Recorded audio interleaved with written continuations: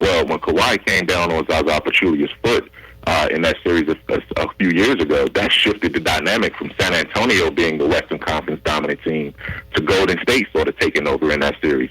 Marc Gasol was up 2-1 alongside Mike Conley against the Warriors a few years back.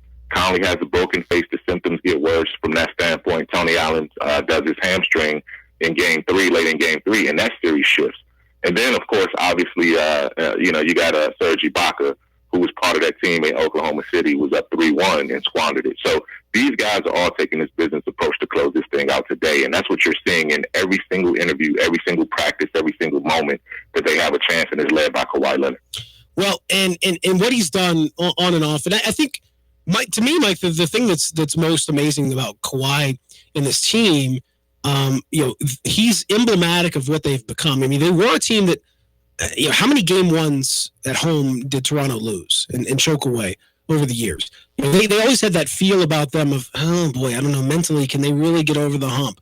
I mean, you can go back to Game 7 in 2001, when Vince Carter missed the three, and the Sixers got by, and it was probably an inferior Sixers team at that point, but they still managed to win. It's been a long time and a lot of thought about choking, but with Kawhi, you never even consider the idea of choking. Is that mentality, is that what's made a difference for this team? Yeah, and the thing is, because again, he doesn't get rattled. You just give him the ball, and he goes and make plays. I mean, I remember I had a couple of games where I was able to get up there for the Milwaukee series against Toronto, and Milwaukee was up 2-0 in that series, and they were playing well with the chance, to really take control of it. And, every time that Milwaukee got up in that double-digit lead range, you just gave the ball to Kawhi. Van Vliet would drop some threes here and there, but Kawhi would take over and do his thing. And it's just that calming influence, that calming nature that he brings to the table. And he was doing that in San Antonio. He did it there as well. He was the Finals MVP in 2014, if I'm not mistaken, against LeBron James, and LeBron playing at his peak. So, this is just one of those things where, talent-wise, Toronto's long had ability and the talent to be a better team they've been. I think I looked at it at some point, they were 14 game ones of playoff series. So they've always had, a squabbling game one. They even lost a game against Orlando at the start of this playoff series. But ever since then, they've sort of stood in, taking care of business.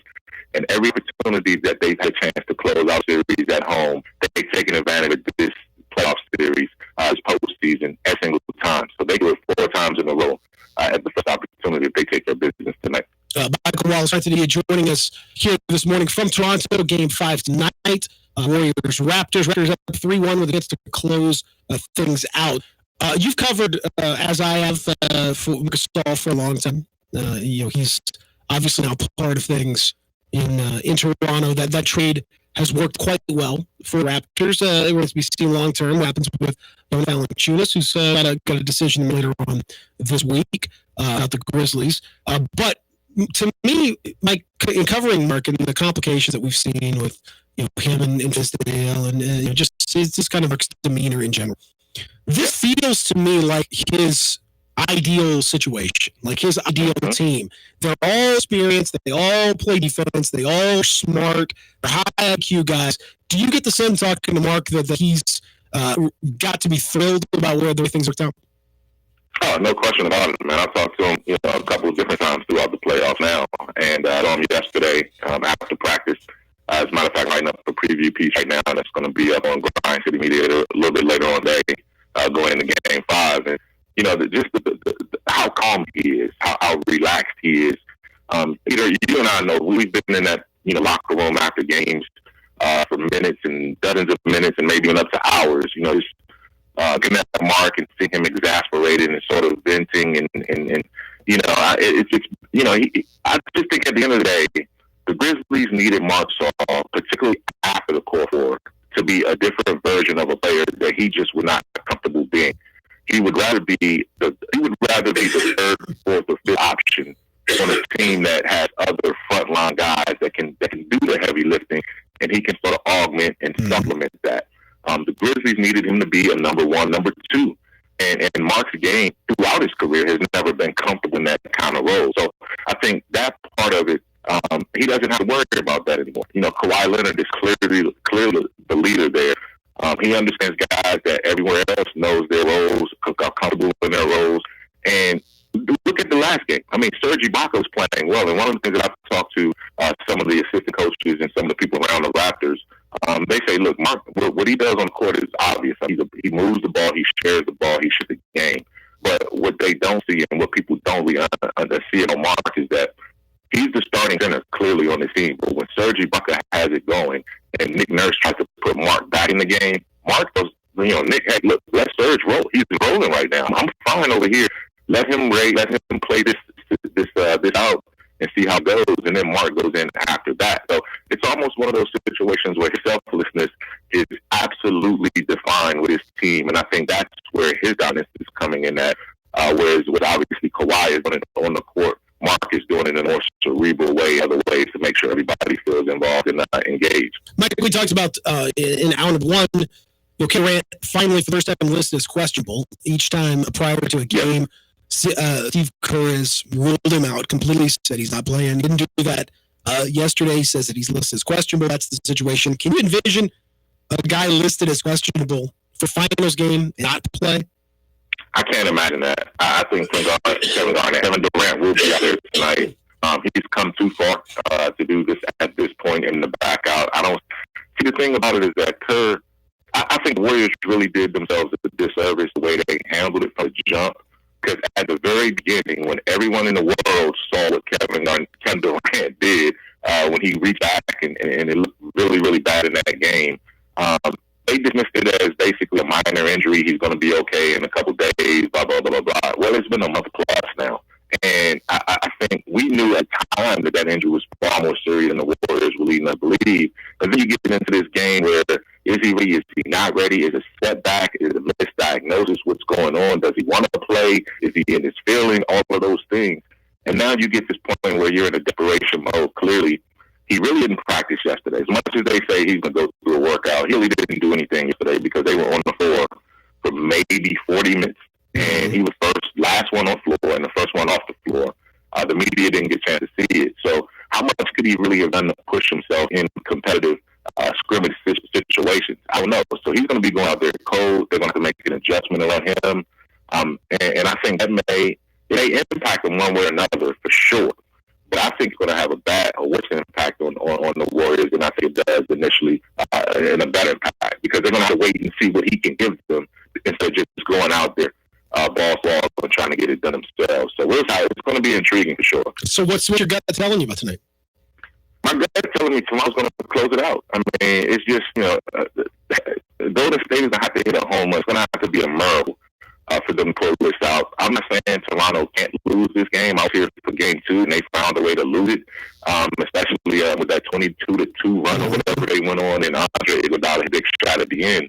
That certainly can happen again. But I just think this town, this city, this team is too close, and they've been through too many different heartbreaks in different situations against these same Warriors to squander this opportunity. It's not going to be about want and desire. It's going to be about execution. And right now, Toronto has found a way to junk up game to slow the Warriors down and to make it a possession-by-possession slugfest. And that favors Toronto right now because they're the stronger, healthier team right now. I think they close it outside. I think it's amazing, because you go back and won both regular season games. They've won 3 or 4. They won 5 or 6 against the War. I mean, at some point, you kind of have to say maybe they're just better. That's we can overcomplicate this thing if we want to, but winning 5 out of 6 is pretty definitive at this point. I mean, it's clear. I mean, numbers are there. I mean, people can say it's small sample size all they want in this situation, but the thing about this too is that we know the Warriors aren't right. So how much the question that we ask ourselves now is it a legitimate blow to their perception and their destiny and their dynasty? Mm-hmm. Because if they were healthy, are they in a situation? I'm not sure. But again, injuries are part of it. I mean, that's part of the story. That's part of the analysis. Cleveland wasn't healthy when the Warriors won their first championship. You know what I mean? So, and they went into teams that weren't healthy that they've gotten past too. When you look at Houston the other year. So now this was their turn to sort of be bumped and bruised and not really 100%. But I do think no matter what happens, this team is still going to be, the team to beat and the team to chase in the West coming out of this no matter what happens today. I'd be remiss if I didn't talk about a couple of Grizzly-related things with you while I got you, Mike. Jonas Valanciunas has his decision to make on Thursday, I believe, is the deadline for Jonas to opt in. Right. If he wants to opt in, have you got a sense, a feel for what he's going to do? I don't, man. I thought I did at the end of the season. At the end of the season, based on how everything played out to that point, I opt out and try to get a 3 or 4 year deal to get more money, and I thought that the Grizz would be willing to at least entertain that to a certain line and see where it went. But now that you have the number 2 pick, you're definitely going to be trending younger. You're going to be sort of reloading with the future potentially around, Jaren Jackson Jr. and Ja Morant. I'm not sure if you go long term with Jonas at this point if you're the Grizzlies. So if you're Jonas, what do? I think the best move for the Grizzlies would be for Jonas to just simply opt in, play this 1 year out, and then you got the 3 guys in that trade that came back basically on 1 year deals, because I don't even know if they go and give. CJ Miles has already opted in for his final year. Obviously, I think Jonas. Yep. If you're the Grizzlies, you would probably want him to opt in for his final year. And then you look at DeLon Wright and you say, okay, listen, play for the qualifying offer and then make yourself an unrestricted free agent next year, if that's the case. So then you got all 3 of those guys on 1 year, sort of stopgap guys while you're transitioning around these 2 young guys on your roster. So I think that might be the ideal situation if you're the Grizzlies. But Jonas can, if he opts out and just leaves, then you have a lot more flexibility, I think, there from a financial standpoint, too. So, I think it's hard for me to say. He's talked about wanting to see what the coaching situation is going to be. Well, we're coming up with today's, Monday. He option is Thursday. I don't know if the Grizzlies announce a coach before the end. So we'll see what happens in that situation. But it's going to be some drama right there as we go for these next weeks. Well, I'm glad you mentioned that, Mike, because do you think the Grizzlies are going to have a coach for next year? Before next year. You think tonight you think they'll have a coach, or you think we're still going to be kind of wait until Edmiston? Well, I think this might be an American Idol, a reality show made week to week, just to kind of eliminate guys and see how it goes. And this seems. I get it, you don't have to, but we're really pushing the whole idea of you don't have to have a coach, but you kind of want to have a coach at some point. You 10 days before the draft, you're 3 days before, who was a guy who was a key piece, a 20-11 guy for you last year, is going to opt in, and he's like, I don't know, the coach is going to be. I feel we're pushing this about the edge of where we can push it. Yeah, it is. And I think something, and again, this is just, my gut feel. I think something will happen, maybe by the end of the week in terms of that. I think the Grizzlies are getting very, very close. Before I left to go on vacation, I think it was the second round of interviews with some guys. And they've had some discussions, brought some guys in to narrow that thing down a little bit. So they're being real deliberate with it. But I agree. I mean, you're talking about, it's been more than a month since the season ended, almost 2 months. And you want somebody there to not just to say you have a coach, but also you have to start plotting and planning and figuring out what kind of guys you're going to bring in to play what kind of system and that kind of thing. So I don't think this thing lingers on for many more days at all. I think it's sort of towards the finish line, rounding third, and something should be happening in the next few days or whatever. But will it beat Jonas's deadline? I don't know. I do think it beats the draft, but I don't know if it beats Jonas's deadline when it comes to this week. I mean, I would think it would have to beat the draft. That would just be crazy not to have a coach by then. And then, this week it would feel like it almost has to be this week. Do you get a sense of names? I know we've had a couple that have been reported in terms of coming back. Taylor Jenkins of the Bucks has come back. There are a couple guys on these staffs, Adrian Griffin and Jaron Collins, have been talked about. Folks have asked me, Mike, whether that would affect things, and I say no. There's no reason to hold off an announcement. If a guy's on one of these staffs, there are, for folks that need to know, there are 2 or 3 coaches on the Warriors staff that are going to leave the Warriors and go to other staffs this offseason. That's already in the books. It's already done. So it's not as if teams have to hold off or wait or something like that. If they were going to hire one of those guys, they could have. I mean, there may be other reasons why they want to wait, but just because they're playing, that's not a reason to hold off, right? No, that's not. I mean, the only way that would be a stipulation is if the head coach or the GM or the president with the team that you're leaving says, look, to avoid distractions, let's just, you can accept the job, you can go interview, but let's hold off on, making it public until then. But that's rare even still, because, I mean, Monty Williams was in the middle of a playoff run with the Sixers when he took the Phoenix job. Yep. I mean, you see that happen all the time. Luke Walton did it. You see that all the time. When teams are in the midst of that. So there's no formula for that in terms of having to wait and that kind of thing. I just think that it's close. I think these decisions are really, really difficult. You want to get this right because this isn't a coach. Again, the Grizzlies have had a track record. You know, I mean, you look at 4 or 5 coaches in the span of 7-8 years. Mm-hmm. You have to stop. In has to be here, barring any major catastrophe. You're talking about a guy that should be here for at least the next 3 seasons to give himself a chance to really build the thing and establish a foundation and a culture around these 2 young prospects that they had. So this one has to be right. It has to be everyone, something that everyone can get behind. It can be any factions and breakoffs. It's going to be a top-down, button-up situation. So, if that makes you take a week or 2 to make sure you got who you want, so be it. Just make sure that, again, this is a guy that when you roll out there, you're going to roll the program out there and give a chance to really him or her a chance to implement it and see where it goes from there. Last thing we've heard and we've known that things have circled around Ja Morant for a while in the draft. He had the minor surgical procedure. That doesn't seem to be a major thing. He was in Memphis yesterday for talks with the Grizzlies. And is there any reason to think that anything has changed with regard to the Grizzlies and Ja Morant? Would you still consider him the favorite to be the number 2 pick? Yeah, I think he's the strong favorite. I think he's the likely pick. I think he's something will have to blow your mind in terms of packaging and reversing course to make something different other than taking Ja Morant. I mean, this is a kid that, again, the fact that he came in and wanted to be a part of being in Memphis says a lot, because now these players, these draft picks coming in, they have more and more leverage every single year. They don't come to work out for you. For anyone, have their own workouts in these remote places.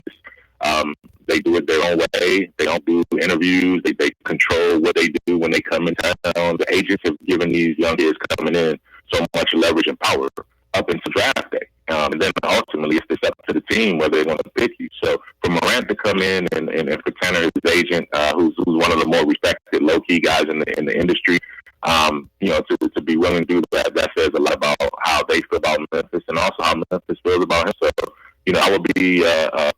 I would be mildly surprised. Not as surprised me anymore in this league, but it looks like Morant is the guy. He's going to be the guy, and I think that's going to, force the next question is how do you partner that? How do you pair it? Every decision the Grizzlies make now triggers another decision immediately. So now what do you do if it's the case? What do you do obviously with Mike Conley? And that's going to be the next big question once we get through this week with Jonas. Next week, if Ja's number 2 pick, the next question after that is, where's Ja right now in terms of will he be able to play summer league and those kind of things with recovery from the minor knee scope? And then what are you going to do with Mike Conley? So those are the next 2 things will be coming down the pipe after we get this week. A busy time. I'm glad you snuck your vacation in. When you did finish the 5K, everything's good. You hurt? Any injuries? Oh, man, no. My times in my last 4 or 5Ks have gotten better each time, and my body season is going well, man. So I still have a ways to go. But I'm proud of my wife for making it her half marathon. She trained for like 3 months for that. That's awesome. It's great, and we got another couple of them coming up this summer too. We're going to try to do so. That's part of our lifestyle now, man, and I'm definitely blessed and happy to sneak those sort of things into the midst of a busy offseason. That's beautiful, man. I'm proud of you. Way to go, man. Keep killing it out there. Have fun tonight, and maybe that's it. Maybe there's more to the story. We'll find out. Thanks, Mike. Appreciate it, buddy. Enjoy Toronto. Hey, anytime. Take care. Thanks so much. He's Michael Wallace, Grinding Media. Love Mike. I've been having Mike on the show. I was telling my wife this is since like 2003, 2004. Michael Wallace used to cover Ole Miss. Did you guys? Austin, he was the Ole Miss guy for the Jackson Clare Ledger back in the day. I'm going to Abner's down in the Oxford, off the square there, to chat with Mike about Ole Miss stuff, and we go down and have a little lunch and hang out. So he's been part of the show for a long time. I'm always thrilled to talk to Mike. Let's take a break. We'll come back and roll on with hour number 2 here on The Experience. Peter Eston, no CJ Hurt with you today or tomorrow. Back after this, Rose Talk Sports 5680 and 7 FM. Sports time with Rollo Insights. Every afternoon from 2 till 6, right here on Sports 56 and 87.7 FM. The folks at Homer Skelton Hunt want to say thank you. Thank you, Memphis, for another spectacular year. They set records, but I can understand why. You think about the product. Where else do you get a 10-year, 100,000-mile limited powertrain warranty?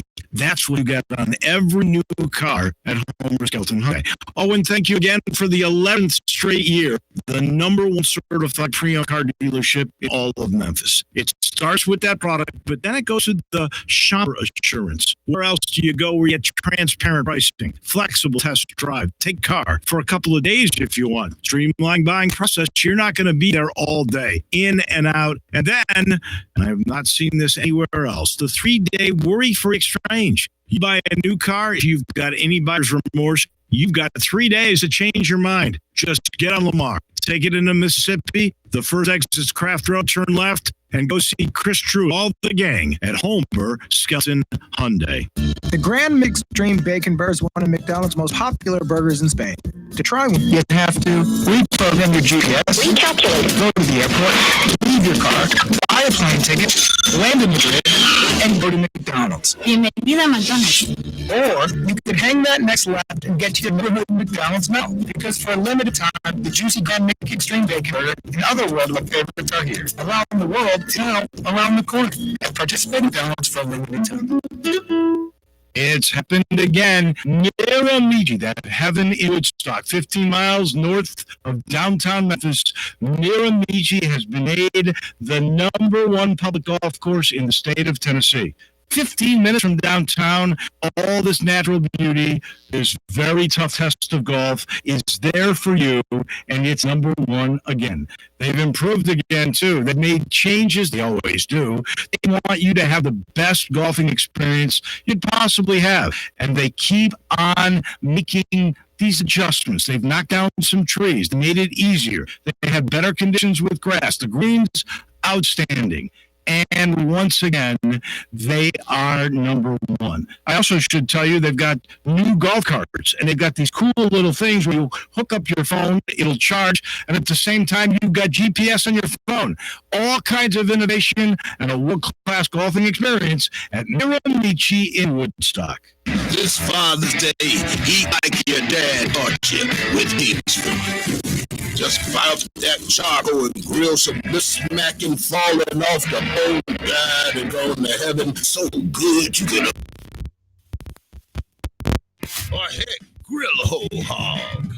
It ain't summer if you ain't eating good. So what are you waiting for? Kingsford, start something. Have a bag at your nearest Home Depot. It's time once again for the St. Louis Hole-in-One Charity Festival. This year, they are celebrating the 62nd anniversary of this Memphis tradition. Throughout the years, the event has raised hundreds of thousands of dollars for St. Louis School and for children of various charities throughout the city. This year, the 62nd annual Hole-in-One Charity Festival runs on June 16th through Saturday, June 22nd. It'll feature the $1 Million Shootout. Selected night, golfers have a chance to win $25,000 toward the purchase of a vehicle from City Auto, with qualifiers having a chance to win $1 million on the final night. The weekend will be full of family fun and entertainment with children's carnival rides Friday and Saturday nights. Saturday afternoon will be the popular children's golf from 2 p.m. until 4 p.m. As always, each night presents great food and family fun for thousands of Memphians on the grounds of St. Louis Catholic Church, 203 South White Station Road. Don't miss the St. Louis Hole-in-One Charity Festival. Sundays and Mondays are special at the Butcher Shop, celebrating over 35 years of serving the Mid-South by giving a big thank you to you, their loyal customers. You can come in, relax, watch your favorite games, and enjoy hand-cut steaks along with a premium box. Sunday and Monday nights from 5 until 8:30, you can get select entrees for $25. That includes a salad, baked potato, and bread, and you don't have to pick one, you get all three. Some of those entrees are 10-ounce New York strip steaks, slow-roasted prime rib, Atlantic salmon with dill sauce, marinated grilled chicken breast, grilled boneless pork chops, and crab stuffed shrimp. Plus, all appetizers and desserts are 20% off. Don't forget, Hamburger Friday every Friday from 11 to 2. It's the best. The Butcher Shop, always a Memphis tradition. Call 901-757-4244, 901-757-4244 for more information, or just stop in at 107 South Germantown Parkway in Cordova. Got something you want to get off your chest? You better have a backup plan. Want to join the conversation? Someone needs to tell him he has to grow up. Join us on the First Bank phone line at 360-8255 or the First Bank text line at 67129. Welcome back to the Peter Edmiston Experience with C.J. Hurts. This hour is brought to you by Schrader Orthopedic and Stem Cell Treatment Center, specializing in stem cell treatment for your neck, back, hips, knees, shoulders, and autoimmune diseases. Here once again are Peter and C.J.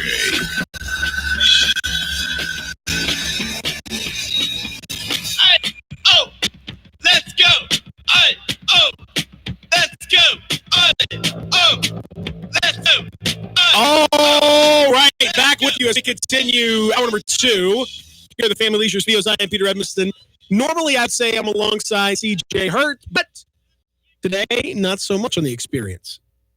CJ's out today. Tomorrow, back on Wednesday. Maximilian Von Vincent, a.k.a. Maximum Overdrive, a.k.a. Maximum Security, a.k.a. Maximum Voltage, a.k.a. 2%. That's right. What's the Von come from? I don't know. It just sounds right. Just the Maximilian needs a Von after it. It's a very Germanic, Not a vampire. Austrian kind of sounding name. No, it's not a vampire. Well, it could be. It's, maybe, you're not a vampire. Allegedly. I don't know. I can't prove that, but it doesn't seem like you're a vampire. Oh, you can prove. Yeah, I don't know. I don't know if I can. I'm not sure I can. Thanks to Mike Wallace for joining us, Grind City Media. We're talking a lot about Game 5 tonight, NBA Finals. Could be the closeout game for Toronto. We shall see. They're up 3-1 over a reeling Warriors team. Let's talk a little Grizzly stuff. We'll do that a lot more in hour number 3 with our man David Cobb from the Commercial Appeal. He's going to join us in studio, back to his old stomping grounds, back in the day. Cobb was here. We're gonna bring him in for a big chat in hour number 3 about all the things that are going on, because it stands to be a very big week potentially for your Memphis Grizzlies. A continuing big summer for the University of Memphis Tiger football team. You can add another commitment to the list, and this a potential huge one. Going to have to wait a little bit, but next season, not the season after next, I guess, not this upcoming season, but the next one. Quindarius Taylor, coming from Ridgeway High School. If you remember, he was a 5-star guy by a lot of these scouting services, and it went to Oklahoma. You're talking about a guy that, tons of SEC schools on this wanted, Tennessee wanted, Kentucky wanted him, et cetera, et cetera. Memphis obviously wanted. Went to Oklahoma, but never actually got to Oklahoma. Ended up going to JC instead. Was at Copiah Lincoln Community College in Weston, Mississippi. Where's Weston? You know where Weston is? No. Any idea? No. Okay. Do you? Not a clue. Never heard of or spent much time in Weston, Mississippi, so couldn't tell you. But he was there and apparently did very well. Not surprising, because he's very good. And now he is ready to go back to major college, but he is going to the University of Memphis. Thought that he was going to go back to Oklahoma, but no, didn't work out that way. He is elected to commit to the Tigers. He will not be eligible this upcoming season, but next year, if all goes well, that's where you'll see Quindarius Taylor. Of course, he joins Kalen Granberry as part of that mix too. So Mike Novell really continuing to reel in a lot of, those are two big time dudes in the Memphis area that have kind of taken a roundabout approach, but have ended up back at Memphis. And if he can continue to kind of do that, you're seeing some pretty good talent in this area. I know, having covered high school football around here for a while and doing the Harding games and Rutgers games before that, I've seen a lot. This is a good group, really good group. And these two dudes were, special talents. You're talking about a lot of guys that went to major schools, and so when you keep them here, I'm not sure it's quite like James Wiseman, but it's very good, and it again shows you where Mike Norvell is in terms of his ability to keep these guys. I mean, the football recruiting's been really quiet kind of recently, but it's going to be overshadowed by the basketball recruiting. Well, I mean, yeah, obviously, like it's what's happened in basketball is Well, you're talking about getting the very best recruiting class in the country. You're talking about at least two lottery picks in all likelihood. Maybe even more depending on how things go. That's crazy. Like that's crazy. Yeah, that's going to overshadow what's going on in football. Currently ranked 66 in football. I mean, which is not bad in second in the conference. Realistically, at Memphis, best case scenario, all guns blazing. You get everybody you could possibly get. You couldn't do better than 50, top 40, top 50, top 40, maybe. I mean, look at the SEC. All you need to look is the SEC. You can be Arkansas, Ole Miss, Tennessee, and have a good recruiting year, and you're like 6th or 7th in the conference, and you could be like 10th overall in the country. But the SEC is so stacked that how are you getting past LSU, Georgia, Alabama, et cetera? How are you, Florida? Like, how are you getting past them? Football is so much a combination of individual players, but mostly just the sheer number. When you bring in like 15 to 20 big time dudes, you can only do that as a Power 5. So that's the thing. Memphis in football can have a really good, by comparison, a really good recruiting class. Like you could say, wow, this is a great group. And, in signing Kadarius Taylor, signing Kalen Granberry for the next year is a really good start to the 2020 group. But, I mean, you can't. There's only so far you can go. And that highlights that difference we were talking about last week and why I think we're coming to a kind of an inflection point in college football where a lot of these teams, if you continually cannot go after and get your hands on and have legitimate equal access to the very best talent that's out there, if you can't do that on a regular basis, then you cannot compete for championships. And if you can't compete for championships in that division, then what's the point? And I realize that the transition is going to be awkward, but to me, you've either got to make everyone on relatively equal footing, or else you're going to have to put some kind of a dividing line in place and have your Power 5s compete for whatever, and have the non-Power 5s, but are still a group of 5s, compete for whatever. And at least at that point, to me, it's like boxing. Like you have middleweight, cruiserweight, heavyweight. You don't typically see guys. I mean, every now and then you'll see somebody move up, but very rarely. And certainly not from middleweight or flyweight up to heavyweight, which is what you're asking to do now. You're asking for one of the great 160 pounders go up and try to compete with Lennox Lewis at 240. It's physically extremely difficult. I guess it's not impossible, but it's extremely hard. That's not fair. So the boxing realized that, and they said, okay, we need to have all these divisions. And I grant you that it doesn't, at this point, it feels like it's a demotion or whatever. It shouldn't. I mean, to me, would you rather have a legitimate chance to be the very best at something, or zero chance to win anything? That's what college football is. The weirdest sport of all, college football, where you have 130 plus teams now, and you have no chance of winning a championship from a lot of them. Over half of them have no chance. And there's a difference between saying okay, Vanderbilt has no chance to win a championship. I grant you that. That's true. But they do. But they actually have a pathway. So, hypothetically, if for somehow or another Vanderbilt catches fire and they were to get great players and somehow a great combination, everything just works out great, and they win the SEC, or they win the East and then they win the SEC title game, they have a pathway into a national championship pick. They have a pathway into the playoffs without any problem. Now, it's unlikely they can take it, but they have it. There's no pathway for Memphis. Memphis wins every single game next year, and they are favored to do so. If Memphis wins every single game next year in football, what does it get them? Are they going to be in the playoff? No. I mean, obviously, it gets them a New Year's Six bowl, but that's not the same thing as winning a championship. It's a nice little, it's a nice little thing. Don't get me wrong. It would be a real feather in the cap for the university. It'd be a lot of fun.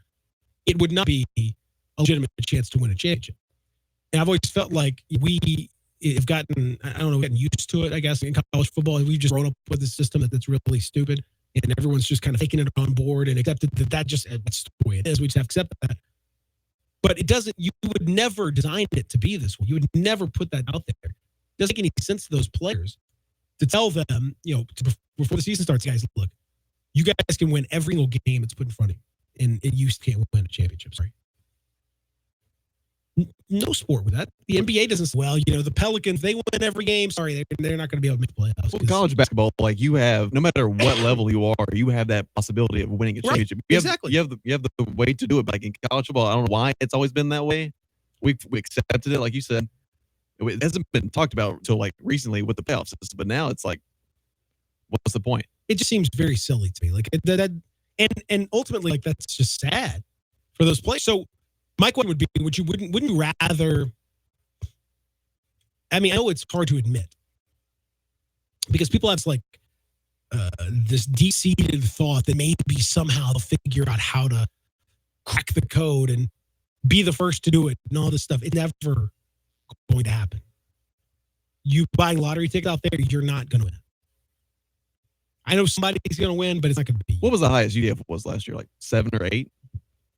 Yeah, maybe 6. But in the postseason bowl, they were like what 11th or 12th. Like I mean, they didn't get they're gonna have the actual respect factor. They didn't get it. They didn't.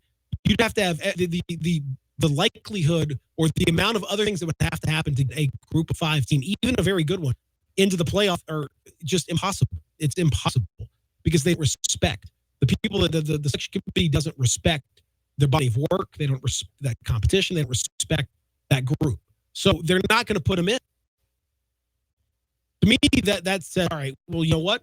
Let's go find something. Let's make something of value that we can actually compete for and use and do. And I'd rather have that than nothing. I'd rather have that than hope for a little scrap of whatever that just highlights the disparity between us and the big boys.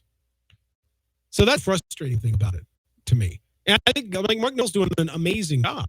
Like, can Darius Taylor add to the mix? He's done as well as you can do recruiting. He really, really, really has. And on the field, they've done a really excellent job for the most part. He adjusted Fuente. I mean, the bounce back from this Memphis program, where it was 10 years ago to now, is just off chart. It's crazy what we've seen. But think about how far you'd have to go to be in the mix and to be actually have a chance to win a championship. So I think it sucks. I hate system, and I don't know. I want some significant change one way or the other. I'd love for Memphis to be absorbed into one of the Power 5 conferences and then have them be part of the mix. But barring that, I think something else has to change. These seasons where you just play it for, a consolation prize.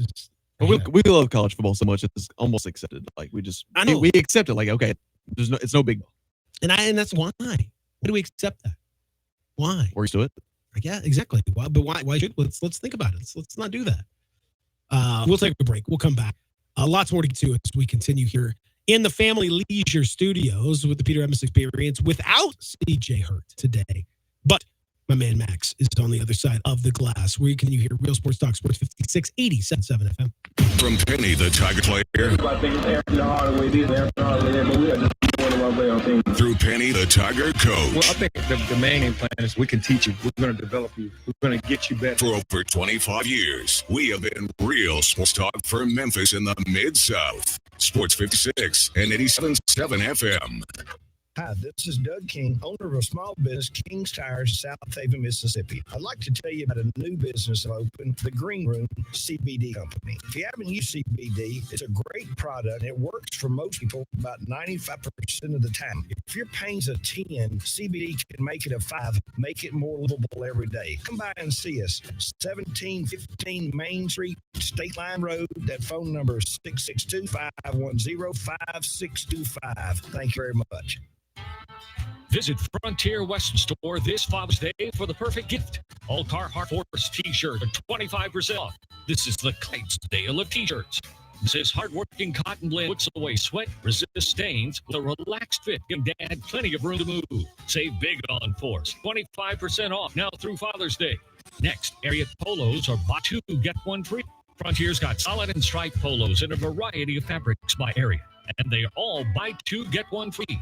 Also, all men's pants and jeans, $5 off. Every pair from khakis to jeans, dungarees to FR workwear, $5 off. While you're there, grab Dad some boots. You know he'd love a new pair. Frontiers has thousands of boots in stock, amazing everyday low prices. Still not sure what to grab? Grab a Frontier gift card and let Dad come pick out his new favorite pair of boots. Frontier Western Store, 5880 Goodman Road in Olive Branch, and on the web at frontierwesternstore.com. Family owned and operated since 1967. Book a Caribbean vacation for your mouth at Korean Jerk. So you are Arturo, and you came together with Ricardo to create Korean Jerk for what? To bring people together, to share our culture, and letting people smile by eating the food that we're used to.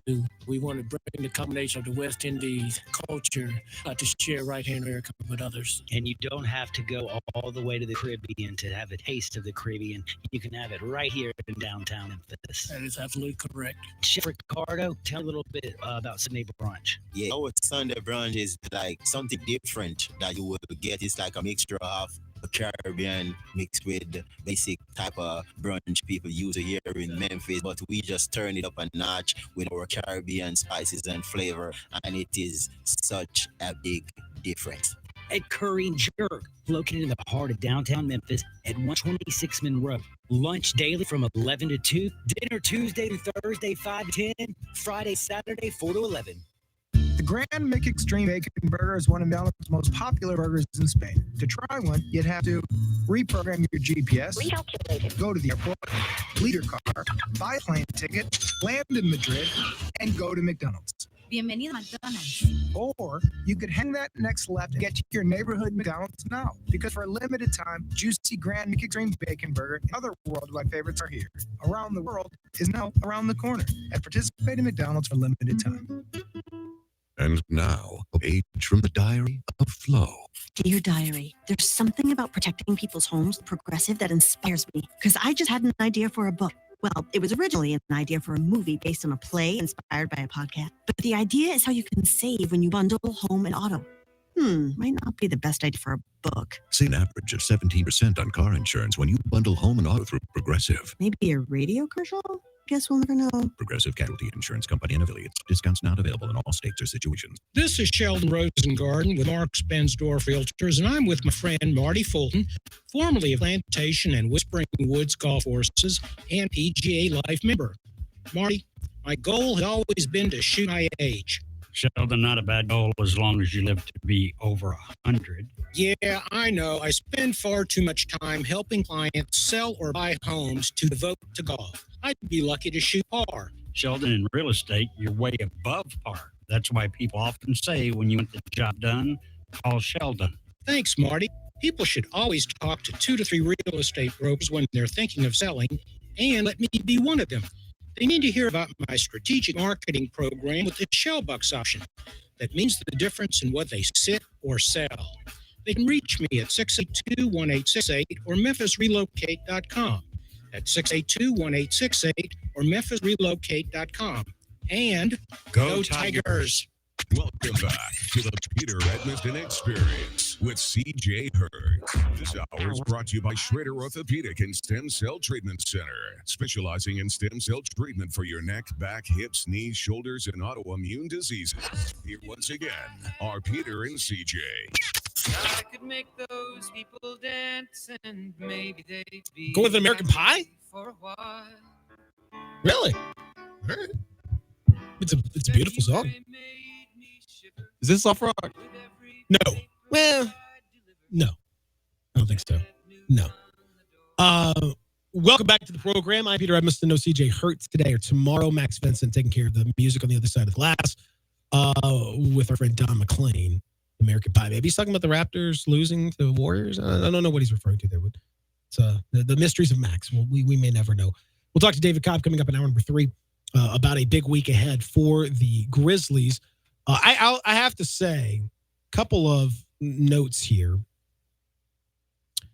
I hope you've been watching. It has been a very entertaining start to the Women's World Cup in France.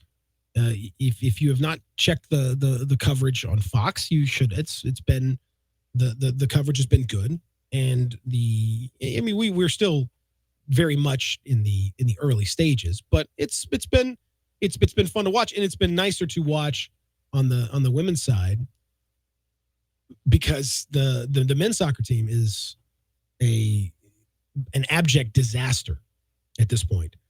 I don't know if you saw yesterday the men in Cincinnati's Nippert Stadium, where the Bearcats play football. The men's United States men's soccer team was playing soccer. Well, allegedly playing soccer against Venezuela. And the goals, the U.S. lost 3-0 to Venezuela. And what was really about as depressing a game as you're going to want to watch. If you are a soccer fan of the United States, it was pitiful, to be honest. There's really no other way to describe it. I mean, it was pitiful. I'm glad the women playing tomorrow to hopefully line things up. Men's soccer is pressing. The women play Thailand, 2 o'clock kickoff. In case you're curious, the Women's World Cup is fun to watch so far, and I'm assuming that the U.S. women will make more fun. But oh my God, if you in the goals that the men gave up, it's been bad enough watching the men's performances of late. They lost Jamaica, like okay, come on, and now they lost to Venezuela. Solomon Rondon, who played for my team last year, Newcastle in England. 2 goals, but there were 2 easy goals. One of them should have been offside. Didn't really matter. The defensive work was sad, and I don't know what the coach Greg Berhalter is doing. There's some major issues with them, the under 20s too. The U.S. I don't remember a time when the U.S. men's team was more up in the air. It's been a long time. Like there's the talent level is low. The coaching is very unsettled. The performances are bad. It's a bad time right now. And they got to get this thing together, because the Gold Cup is coming very soon, and the U.S. has a real good chance of getting embarrassed. There's a real good chance. Did they miss the cut for the cup? Was it a few years ago? Yeah. Oh yeah. Yeah. They weren't. It's World Cup would have been nice to see. We weren't in the last World Cup. They'll have a chance to to right that wrong, but not like playing like this. So I hope the women can help out. They start again tomorrow, 2 o'clock against Thailand. But geez, pitiful. So bad week for soccer in general. The 901 FC lost at AutoZone Park. First time in a while they lost. They lost Indy 11. They do have a chance on Wednesday for the U.S. Open Cup against Orlando City of the MLS. That's over at Mike Rose. So Wednesday night should be a lot of fun. Maybe that'll kind of bounce back, but it was yuck, ugly stuff in the world of soccer. We'll take a break. We'll come back. Hour number 3. My man David Cobb expected to join me. Looking forward to that. Lots of chat. You want to get your questions in about the Grizzlies? Now is an excellent time to do that. 360-8255, and also text in on the First Bank text line on 67129. The texter also says Weston, Mississippi is near Macomb. I got one problem with that. Where's Macomb? Where's Macomb? So maybe we can. Where's that at? I guess we have to use Google Maps. Obviously I could use. I don't want to just. That's cheating. I don't want to use Google. I could look up all it, but where's the fun in that? I want some firsthand knowledge. I want people that have been there that know. All right. So my next question is, where's Macomb? And don't text in. It's near Wesson. Now it's near another city. Don't text in. It's near Wesson, because then I'm going to get mad. If we're in that. No, we're not going to do that. First Bank text line 67129. Back after this, hour number 3 on the way. Real Sports Talk, Sports 56, 87.7 FM. Hi, this is John Conway with Conway Services. Is your air conditioning system ready for the hot Memphis summer? Good news, it's spring cleaning time at Conway Services. We'll come out and perform our exclusive 16-point Energy Saver Super Tune-Up on your air conditioning system for only $69. Did you know the number one cause of air conditioning system breakdown is dirt? A dirty air conditioning system can literally starve the life from your home's cooling system, causing untimely breakdowns, higher utility costs, even premature equipment failure. We'll remove years of dirt, grime, and leaves from your air conditioning system, making sure you're ready for the hot Memphis summer. All for only $69. It's like taking your air conditioner to a car wash. Plus, right now, we'll treat your air conditioner with a special Teflon coating to help protect against the hot Memphis sun. So call Conway Services, the Mid-South's premier heating, cooling, plumbing, and electric service company at 384-3511. And call this week, and we'll perform your super tune-up for only $57. Call 384-3511. Conway Services. Conway today. You're going on vacation, making a college campus visit, or business takes you out of town, there's just no better place to board your dog than Barks and Recreation, 965 Reddick Cove between Bud Davis Cadillac and Blue Plate Cafe in East Memphis. Boarding, daycare, grooming, we have the best of everything at Barks. Indoor, outdoor kennels so your family member can go in and out as they please. Indoor and outdoor play areas, 4 walks a day, group play, and individual attention from the best staff in the Mid-South, which includes an overnight staff to ensure the safety and comfort of your pet 24 hours a day. All reasons to choose Barks and Recreation above all other boarding and daycare facilities. BarksDaycare.com or 509-0909. Check us out and make your reservations now at BarksDaycare.com.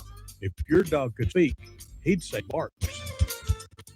Hi, folks. Rob Walker, Infinity of Memphis, and we've got a new Infinity crossover vehicle that has raised the standard of comparison to a new level. Imagine having both sports car performance and eco-friendly efficiency on demand, working together to empower every drive experience. The result of 20 years of engineering, QX50's award-winning variable compression turbo engine, the world's only engine of its kind. Like 2 engines in one, it delivers a combination of power and efficiency that is truly in a category all its own, and only Infinity has it. You'll never sacrifice performance for the sake of efficiency again. And the new QX50 offers more horsepower than its Audi, Lexus, and Mercedes competitors. Add to that QX50's award-winning sumptuous interior, and you have the best combination of performance and comfort in the mid-size crossover segment.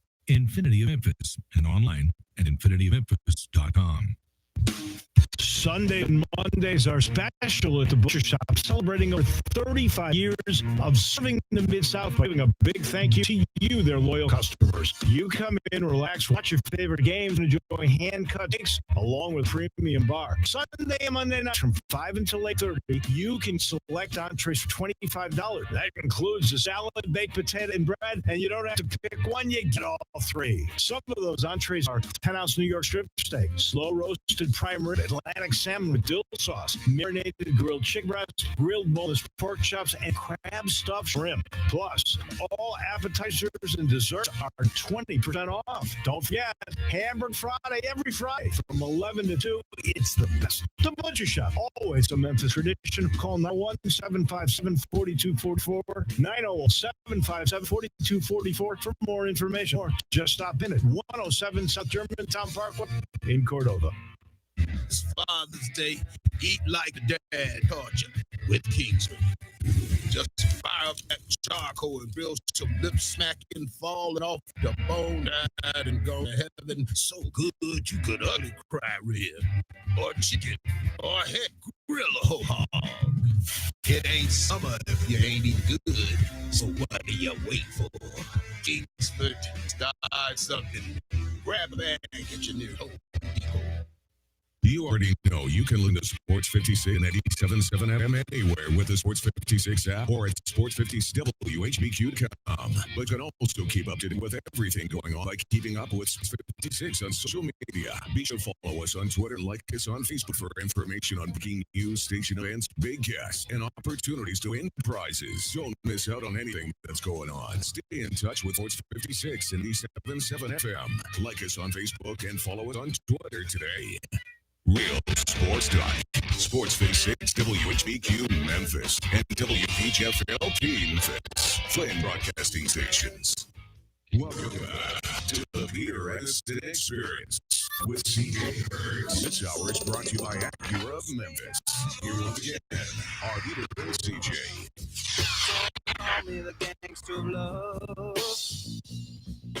So what's your theme here, Max?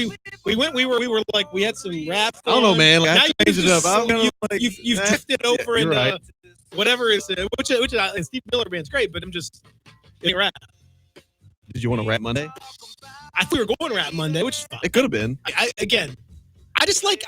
want you to be organized, Max. That's all I'm asking for. I want you to have like So you want certain days. I want a coherent theme for each day. I don't care what the theme is necessarily, but I want a coherent theme for each day. I think Funk Friday. Friday is great. That was a hit. Soft Rock Tuesday is a hit. hit. Is the legend, of course. I mean, we're still auctioning Monday, Wednesday, Thursday. I just want a theme. I just want you can even change it. I don't care, but I just want a day. We did Metal Monday for 2 weeks. Metal Monday. So I'm okay with it, but it doesn't have the same theme. I'm not saying we have to have the same one every single day. I just want us to be cohesive. Welcome back. It is hour number 3. I'm Peter Edmiston. This is the Peter Edmiston Experience without CJ Hurt because he's not here. But instead of CJ Hurt stepping in for hour number 3, playing the part of CJ Hurt, it is my good friend, alum of this station.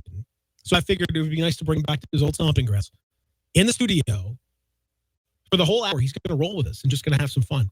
David Cobb, the commercial appeals, David Cobb, who covers the Grizzlies for the CA. Good morning, sir. How are you? Well, I'd first like to start off by saying that nobody can take place of CJ Hurt. That's true. None of us can. But also, Peter, this is a big morning for me, a big appearance for me. You want to know why? Oh, I do. Please. Now that I'm in studio, live on the air with you, I've been in studio with all 4 of the shows on the Sports 56 lineup. Whoa! And just to think. Fill out the bingo card. To think. You get a free 32-ounce beverage on the way out. That's ironic you say that because 6 years ago, my job at this studio was to get nowhere near a microphone. And now we can't keep you away from the run and go get Diet Mountain Dews for Eli. Well, you should get Eli to go get you a Diet Mountain Dew today. They happen. I can tell you that. My man is addicted to Diet Mountain Dews. It is good to have you here, David. We got you here for the whole hour. Now today, as we mentioned, weather-wise, you're talking like a nice humid day. It's humid. It's going to remain humid for about 3 months. That's just how it's going to work. But otherwise, hopefully all that nasty rain that we've had over the last few days has left. You were talking during the break. This would have been they probably would have been playing golf today because this would have been the golf weekend, and Thursday or Friday one might have been completely rained out. There was so much rain saturating the course. The conditions would have been not ideal. Even when they would have played, they would have played clean in place. Would have been nice to walk around because it was probably 80 degrees and pretty temperate. But otherwise, wouldn't have been an ideal situation. You know what? It's all worked out pretty well. From the spectator experience, I would take 80 degrees in my feet over 100 degrees and just absolute, dripping in sweat. Well, me both, buddy. Because we'll see just how bad it really is. Because I think it really could be like, it could be 100 degrees and major humid. But with the names, the people that are going to be here, you know what? I'll take the trade off. I'll take the trade off. If Tiger's here, I'll take the trade off. I don't really care. The Tiger Tracker account suggests that it's still possible. I think he's going to be. I think it's more likely than not he's going to be. Well, he's never played the week after the British Open. Why would Memphis, a place he's never played before, suddenly become somewhere that's interested in playing? Because, my dear boy, because it's part of the World Golf Championships. Because it's the World Golf Championships. There's never been a WGC event right after the British Open. We got a whole new calendar. We've never had the PGA Championship in May. We've never had this stuff. They've realigned everything. It's all in the realignment. So, now, obviously he could crank his neck or back or tweak his knee or something and this could all be for naught. But because he tries to do the WGCs, because it's about the points. He wants to maximize his appearances. More money, more points, more prestige. Coming to Memphis. You're talking Memphis, baby. All right, if you can take Tiger Woods out for dinner, where are you taking him? Well, he's taking me out for tomorrow. So I'm not paying. I can't pay for Tiger's dinner. Come on, so that's crazy. But I'm taking him out to one. I mean, truthfully, I'm probably going. He's been to all the fanciest places in the world. I'm taking him Central. Yeah, I'm not trying to out swank you. I can't outswank. Memphis is not going to outswank, all anywhere else in the world. There's some swanky places here, but you're not going to compete with that. But I'm taking him to Central. He would probably drop out of the field if he ate an entire order of barbecue nachos from Central the night before playing around. I can't be part of this. I can't be part of the regimen. That guy's pretty disciplined. I can't be part of the regimen at this point. So now we're talking this week. I wanted to bring you in because this week it's fascinating. We've had, and Lord knows you know as well as anybody in covering the Grizzlies, it has been a desert of information. I mean, it is tumbleweeds. Nobody's talking.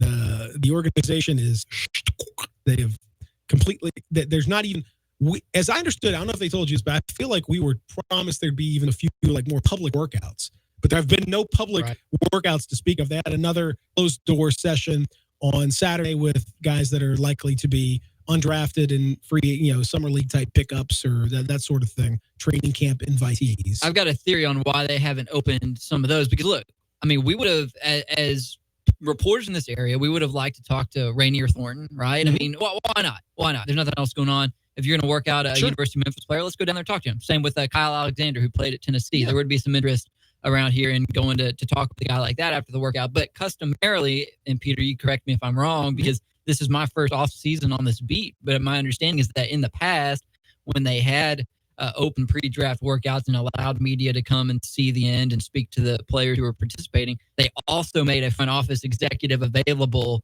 at that time. And so I think they're probably trying to avoid making a front office executive available to the media while this coaching search is still going on. But see, to me, that's crazy because, you've got, as I understood it, I thought this was the plan.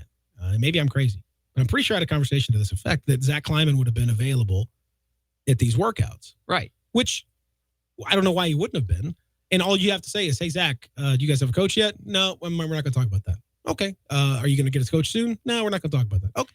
Yeah, but then the Jonas thing comes up. Then it's, okay, how concerned are you about Ja Morant's knee operation? I mean, all he has to do is just be there to say, I'm not answering that. I'm only talking about this. Okay. I mean, that's other teams manage to do these things. They manage to face questioning on fronts that they're not comfortable with and manage to get by it one way or the other. It's just part of the gig. You can't bunker yourself off forever and not be.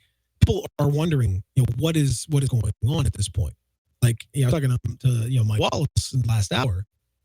I mean, you would think they'd have a coach before the draft. I would have. That's a stone cold guarantee. I mean, now I'm pretty sure they're going to, but I can't say for absolute certain at this point because, why have you taken this long? Well, the date I had circled all along was Jonas's opt-in day, which is coming up real soon. It's Thursday. It's Thursday. Yeah. Thursday. So, what's your explain this to me? You're a wise person. You've been around this for a long time, Peter. Explain to me the rationale. Did you hear that, Max? Yeah, that's right. Explain to me, Peter, why. Or what they expect Jonas to do if they don't have a coach in place. What do they expect them to do with this decision if they don't have a coach? Well, I mean, basically... do they want him to walk? No. I think it'd be ideal for them if he were to just take the 1 year, to opt in for 1 year, and then do whatever. At that point, after he's an unrestricted free agent, then theoretically, if everything works out beautifully, maybe you can find a way to bring him back at a more amenable deal. Otherwise, he's a free agent to be, an expiring contract. Potentially, if you really want to use him as part of the whole Mike Conley trade situation, maybe you're able to do that.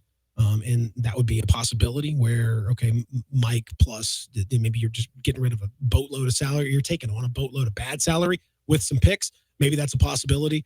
But the thing for him, it's trickier for Jonas, David, because so I'm thinking if I'm Jonas, I really enjoyed Memphis. He really enjoyed Memphis. He had a good time. He got along well with everybody. He seemed to enjoy the town. He obviously played a huge role. 2011, big part of things. But that was under JB. And it was a transitional time where, Mike was going, they were playing for nothing. It was a pressure-free situation. You're not playing for anything. You're just kind of goofing around and trying to convey maybe. And, you're a little conveyo. So you were right there in the mix watching all of it happen. They get a great bit of luck and jump up to number 2. Fantastic. So I don't know what you can really take from those points and rebounds and all that. Is that really a reflection of the guy he is? Or so if I'm Jonas, is that what I'm going to be next year? I don't know what my role is going to be. Yeah, I mean, the absolute worst case scenario that I'm looking at if I'm Jonas Valanciunas is they're going to subjugate me to a role like the role I played in Toronto, except I'll be playing it in Memphis for a team that's not going to make the playoffs. Yeah. That's a disaster. If you're Jonas, if they want to say, you know what, if this new coach comes in and says, you know what, I want to develop Jaren Jackson Jr. as a 5, and I want to develop Ivan Rabb and Bruno Caboclo as 4s, and we'll give Jonas Valanciunas 17 minutes a night.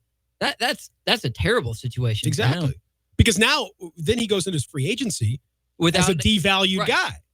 Right. The numbers now are, so. And I don't know how he can feel great about that definitely not happening if he doesn't know who the coach is going to be. Unless the front office is 100% micromanaging this and has already assured Jonas that we are going to make our head coach treat you in X fashion. But again, see, that would be problematic too. Yes, it would. Because then all of a sudden now you've got a coach who's being told to do something. So from Jonas's perspective, I think you're right. That would be a disaster.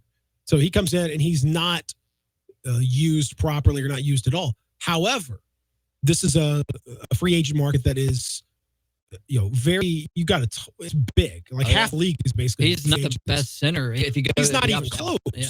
So, and around the league, as we talked about, what even the role of the center now? You have teams that are just probably not going to play with an orthodox center very often. I mean, look at what we've seen. Obviously, the Raptors play with Mark. They don't always. I mean, they play Serge Ibaka plays the center a great deal. He's not a quote unquote center. He's more of a 4 that plays as the 5. You see the Warriors play a great deal of time with Draymond or whoever else playing as center, and even the centers that are successful are typically guys like Kevon Looney. You brought them in. You didn't spend a ton of money. You're not spending. I mean, who are the teams that have spent 8 digits on true centers? Clint Capella. Now the Rockets are making him available, particularly in trades. That hasn't worked out for them. DeAndre Jordan, that didn't work out very well. He was moved on, and the Mavericks didn't get much from him. He'll be a free agent in this offseason. There's just not a lot of those dudes that are out there. Well, who else is on? Joel Embiid is probably the only one that comes to mind, right out of the gate. You know who you're forgetting in the free agent center conversation? Hasheem Thabeet. Oh, your boy. Your boy Thabeet. You're on the Thabeet beat. The beat. The Thabeet. That was I liked your discussions. I like your sleuthing. I like getting in there and talking to Hasheem a little bit. Yeah, so Keith Williams, who has trained Kevin Durant and DeMarcus Cousins, says that it's a foregone conclusion that Hasheem Thabeet will be on an NBA Summer League roster. I mean, I don't see why it wouldn't be. Might as well bring him in for the summer. I don't think that means he's going to be any further than that, unless he's made quantum leaps. Oh, according to the people who talked to trainers, he is knocking down threes left and right. The training staff, I've heard. I mean, again, maybe it's true. The trainers love to talk. Trainers love talking about how great those workouts are. Boy, you listen to those training workouts, and my man Drew Handlin back in the day, this is it's working hard. Okay, I got you. Easy. Cool it down, champ. I would consider it a remarkable success if he even appeared in one regular season NBA game. Oh, it'd be I mean, it's a great story. I enjoyed your story, even this point. But is a long way to go. But it's an example. I mean, Andrew Bogut. They brought in Andrew Bogut from he's in Australia till March, and they bring him over and he plays the key role. Like they're not looking to spend. The big time teams out there are not generally looking to spend a huge amount of money on that position. And so, are you going to commit? Like, if you're the Grizzlies, are you going to commit to Jonas long term? Does that mean you're committing to a too big system? I don't know if that's necessarily the right way to go long term. But from Jonas's perspective, are you getting anywhere close to 17.6 anywhere else on the all the way around would be the most logical choice, I think, for both sides, for him to opt in for this year. Let's feel things out, see where things are going, and then make a decision after that. But I just don't know how you feel totally comfortable with that decision if you're Jonas and you don't know who the coach is. I agree. It's not a no-brainer from his perspective at all, even though financially I think it is. But yeah, competitively and from your what role are you going to play? And then how does it affect you long term? This guy's still, mid to late 20s, kind of thing. He's 27. So you got your next contract that's the big one. That's the one that you're supposed to be in your prime. You've had enough experience to be able to get. That's the one. It's the bank contract. So if you go in that bank contract having been kind of pushed down the totem pole in emphasis to being a 15 to 20 minute guy because the new coach doesn't like that style or you're just not sure what the style is or whatever. Yeah, now you're going to free agency as a damn good. Which you don't want to be on a series of like 1-year deals. You want a little more stability in your life. I think it's really wild. Here's a hypothetical. I have a question for you. Okay. If Jonas found huge, just hanging thread at this point, we've gone through now. It's been almost 2 months since the firing of JB Bickerstaff and Chris Wallace. There's waiting for Hubie Brown's radio analyst gig in the finals to end, right? You're absolutely right. You're absolutely right. I mean, why not? Why not bring him back? Bring Sheen back. Where's Mike Fratello doing? Mike's still doing analysis. Bring Mike back. The czar, man. Let's get everybody back. No, this is crazy, but we still haven't seen a coach. I don't know. We'll take a break. We'll come back, and we do. David Cobb will continue. Cobb's in studio with us. We're talking Grizzlies. Really breaking down all what could be a major week for the Grizzlies, you would think, because the coach needs to come soon. Of course, next week is the draft. You've got Jonas Valanciunas potentially making a decision this week as well. So there's a lot on the plate for the Grizzlies. We'll discuss all of that and more as we continue here with David Cobb in studio. Peter Edmiston with you here, Real Sports Talk, 5687 FM. Spend your lunch with Greg Gaston and Eli Savoy on Sports 56 middays, delivered by FedEx. Weekdays from 10 to 1 on Sports 56 and 87.7 FM. So you need to replace worn tires, but you know that without proper alignment, you'll be right back where you started in no time. King's Tire and Alignment in South Haven can solve that problem. For 32 years, King's Tire and Alignment has been helping Mid-South motorists keep it between the ditches. And right now, when you buy 4 tires, King's will give you a free front-end alignment. The other guys say they have low prices, but you end up paying more. Take your car to King's Tire and Alignment. They'll steer right where you've always found them. 8945 Highway 51 North in South Haven. Campbell Clinic now offers daytime walk-in care, and you don't need an appointment. If you've got any kind of urgent break, sprain, strain, you can walk into any of their 5 convenient locations Monday through Friday from 8 until 4. There's no long wait you have to put up with the ER, and those doctors are really good, but they're not orthopedists. They're not world-renowned orthopedists who have come up with different procedures and written the manuals for them that are used everywhere in the world, and I'm not kidding you. And you can now see those doctors who treat the Tigers, the Grizzlies, the Redbirds. You can see them today without an appointment. And I'm talking Collierville, Germantown, South Haven, downtown at the Med Center, or even the Campbell Clinic Spine Center in Cordova. Now, if you've got something pressing, you got to go to work and you can bear the pain until the evening, there's Campbell Clinic After Hours. That's Monday through Thursday from 5 to 8 in Germantown, South Haven, even Saturday morning in Germantown. If you're injured, don't wait. Visit Campbell Clinic Walk-in Care or Campbell Clinic After Hours. Can't believe we've never been to brunch here at Sweetgrass. It's our favorite restaurant. Let's get a mimosa carafe. Absolutely. Look at all the choices here. You could go fancy with crab cakes Benedict or oyster stew with Bentis bacon. Or simple with the ordinary eggs and grits and bacon or sausage with buttermilk bits. Leave it Sweetgrass to have the best variety of the freshest foods for Sunday brunch. You can even get a pimento cheeseburger or shrimp and grits. It all looks so good. Now about that mimosa carafe. The Can-Am Spring Fever event is on now with our family off-road vehicles that are built for this. We're built for seeing the sunrise and days lasting past sunset. Built for trails, tasks, and tough times. And we're built to move you through what won't move.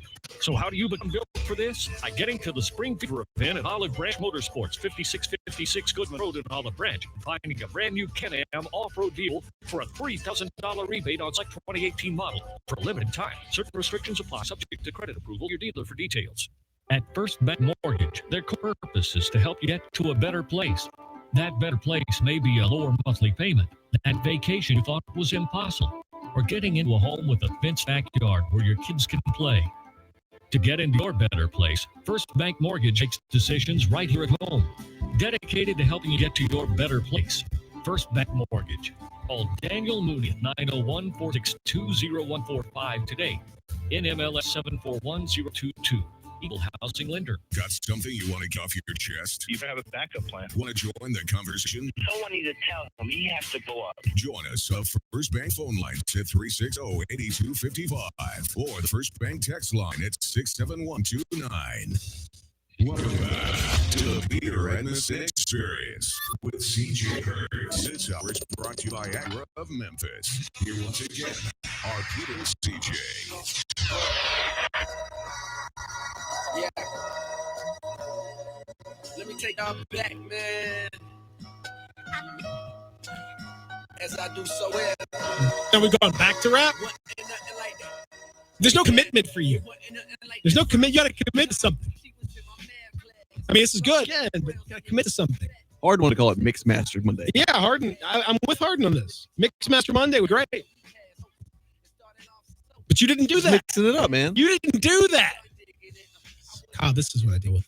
This is Dick Cobb's here, by the way. Instead of CJ is out for the next. He does not get like that with the music. He's usually pretty positive about the music. Hey man, I like the song. I know. I'm very positive. I'm positive, Peter. When it it's comes just to today now. I don't know. Maybe it's because CJ's not here. No, it's because you're not committed to the plan. You didn't have a plan. I want you to have a plan in play. It's like the Grizzlies. I said, just have a plan. Even if it's not a great plan, just have a plan. Well, it's a good thing that I'm not part of the front office. You're kind of doing like a Grizzlies coaching search sort of music day. You know, as a former Sports 56 intern who fetched a lot of Mountain Dews back in the day. But needs a lot of Mountain Dew. That guy goes through a ton of it. I'm going to come down here and I'm going to be on Max's side because he's on that side of the glass for a reason. I think he makes us make these decisions. And I know the show has your name on it, Peter, but I got to side with Max here. Oh, I don't like this at all. I mean, you can give your input on music. I didn't like this at all. That was not what I expected. I liked it. I'm very disappointed in you, David Cobb. Really hoping for some support here, but all right, fair enough. Fine. You know what, Max? Do whatever the hell you want. Just do. I will. Just do what you're doing anyway. So I know. Have no control over it. Excuse me. You made me all cough. choked up about it. Well, you made me cough. I'm about to get over this like croup thing that's like been in my chest for a week. I'm very upset about that too, as well. It's just ugh. Got me in a mood. It sounds like it is a really tough time in your life. It is between the thing in your throat and the broken dishwasher, and it's just. The dishwasher's not broken. It's just. It's the upper rack is screwed up, and the dishwasher people are calling me during the show when I told them I'm working. Yeah, I'm on the air. How am I supposed to be there when why are you calling me in my house? I told you people. Peter. Anyway, alter that last segment. I'm getting blown up with phone calls. I'm like, who's calling me? It's the dishwasher people. Yeah, I thought it was Jonas's agent. Me too. Yeah. I was like, I got to take this. Hang on. Peter, I don't want to make you feel bad, but you should really be grateful that you have dishwasher problems because we live in an older home in a historic neighborhood, Peter. You do. And we do not have a dishwasher. What? We don't have You don't have a dishwasher? We have to wash our dishes by hand. It's really not. It's unfathomable. I didn't know I didn't know you could get a home or an apartment without one. It's such an old house. We're just renters, so we're not going to install one because that would be a waste of our money. You can't take a dishwasher with you when you move. That's true. So why would we install one? We didn't. Do you have a place for it, or is your kitchen just tiny and you can't put it in there? Oh, you can put one in there. It's just like the homeowner never did. He has no trouble renting out in High Point Terrace right now. That neighborhood's on fire. So he's like, I can make minimal improvements to this home and still get an escalating return on what I charge renters. And so wash our dishes by hand. It really builds character, but it also Do you have a shower, bath, or is it? We actually don't. We have to go out back, and it's pretty rough. You have indoor plumbing, or is it outhouse in the back? Is that how old is this house you're dealing with? Yeah, I thought High Point Terrace. I thought they were reasonably modern. I thought they were, maybe 40, 50 years old. It's colonial architecture, late 18th century. Yeah. Okay. It builds all this is building character here. Do you have a washing machine? We actually just go out. You have the board, and you're out there like scrubbing on the. We have to wait washboard. we wait until it rains, and then we go out there and just use the rainwater that we collect in a cistern that comes off the roof. You can use Max's abs if you want to wash your clothes on. So it's very, very, very similar effect if you want right there. Come on, man. That's what 2%'s all about. That's living that 2% life right over there. I'm whole milk. He's 2%. And CJ's chocolate milk, obviously. You wouldn't believe how long it took to get from High Point Terrace to this radio studio via horse. It's part of your issue. I think you would break more stories if you weren't on horseback. This is the real key. And you got to use computers. Whenever I submit a story, I give it to the Pony Express, but it doesn't get into the paper for another 4 days, and it's just not working. The ink and you must use a typewriter. Yeah, you dip the pen in the ink, roll your calligraphy, and then take it over to the CA via carrier pigeon. So this is unbelievable. So there's still no coach. I guess it's going to be. I would bet it has to be this week. I'm done saying that. I mean, you can't wait till next week, can you? I don't think you can. Here's a point that I raised with Johnny the other day. If the Grizzlies go 2.5 months without paying a head coach and without paying a lot of assistants that they won't have to pay, how much money can they save? And I think it equates to a couple of games worth of ticket sales. And I think that maybe they're just like, we could save $500,000 by not having a coach for a quarter of the year and no assistants either. Well, that would be depressing. if that is the calculus that is involved. I'm just saying. I'm not saying it's I don't think factor. that can't be it. That I could be as cynical as I want. Even I can't be cynical enough to think that they're trying to save a few bones by not hiring a coach. $500,000, man. That's like 2 home games worth of attendance. That ticket sales were down this past year. You make that money back up. If I were a fan and that were part of the rationale, that would make me so depressed about the future of the team, because that would mean that you are so hyper focused on the finances that you would never spend money. You cannot run an NBA team in that micromanagement of a capacity. You cannot do it. Peter, if you would save $500,000 worth of money by not having a coach for a quarter of the year, think about how hard you could upgrade ubiquity Wi-Fi networks inside FedEx. Well, Robert Parrish here last week doing that, apparently. So he was taking pictures of it. So apparently that's going. Maybe that's the money. Maybe you're sliding over. Ubiquity, the stock has gone up, hugely in the last 12 months. So Parrish should be at least, I don't know how liquid he is, but in terms of his wealth, there should be plenty. So that shouldn't factor into it. Obviously, the value of the franchise has gone up 3.5 times basically what he was the sale price initially. So that shouldn't be part of the issue. They need the wireless network strong enough so that he can coach the team via hologram when he's in Kazakhstan on business. You joke about this, but there was that report from Mark Stein, the New York Times, that indicated that part of the calculus on this whole thing was Grizzlies looking for assistant coaches, that they might have a possibility of doing a dual front office / assistant coaching role. And maybe that complicates the coaching search. Maybe it's taking longer because coaches are like, what the hell are you guys doing? What do I want to do? I don't want to do this. That seems very odd to me. Why I wish there were more regular availabilities with team executives, because absent any sort of context from those people on these matters, it leaves us to do what we're doing now, which is to speculate and sort of nothing else to do but read tea leaves and take a somewhat critical approach to these things, because without any sort of information coming from Grizzlies camp. That's all we can really do.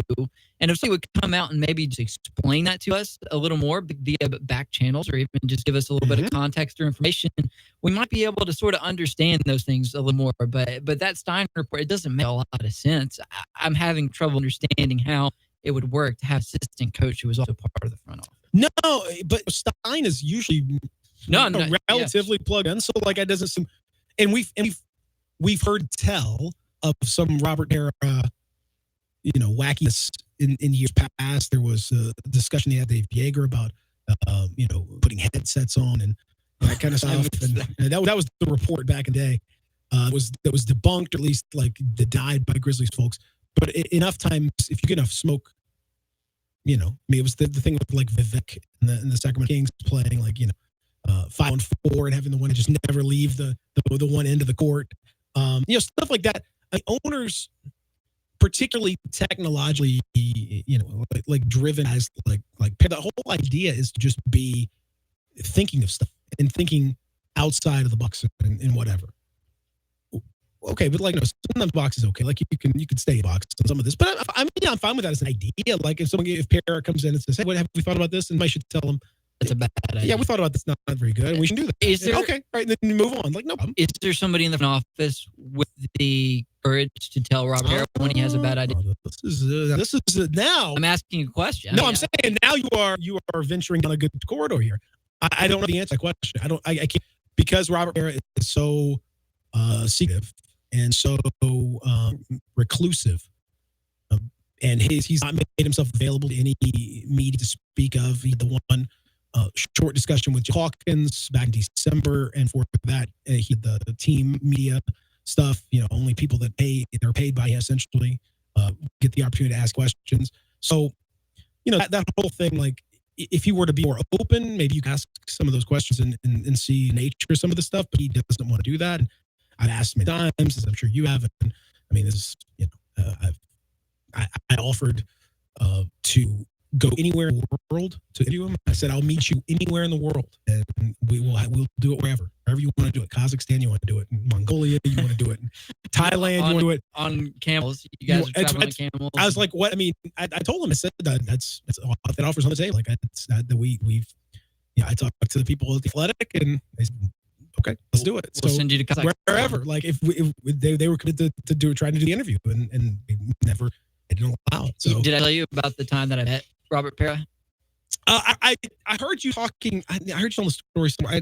Explain to our listeners. Maybe they heard the story. So when the Grizzlies played on the West Coast in December, I went on a trip and was in Sacramento at the Moto One Center, very nice arena, and I think maybe Parra was there just sort of basking the ambiance of that facility. Certainly.